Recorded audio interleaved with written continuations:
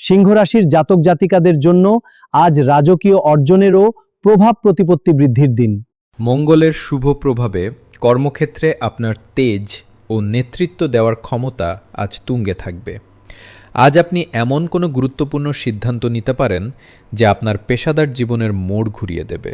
আর্থিক দিক দিয়ে আজ আপনি অত্যন্ত শক্তিশালী বোধ করবেন এবং আয়ের একাধিক নতুন উৎস আজ খুঁজে পাবেন।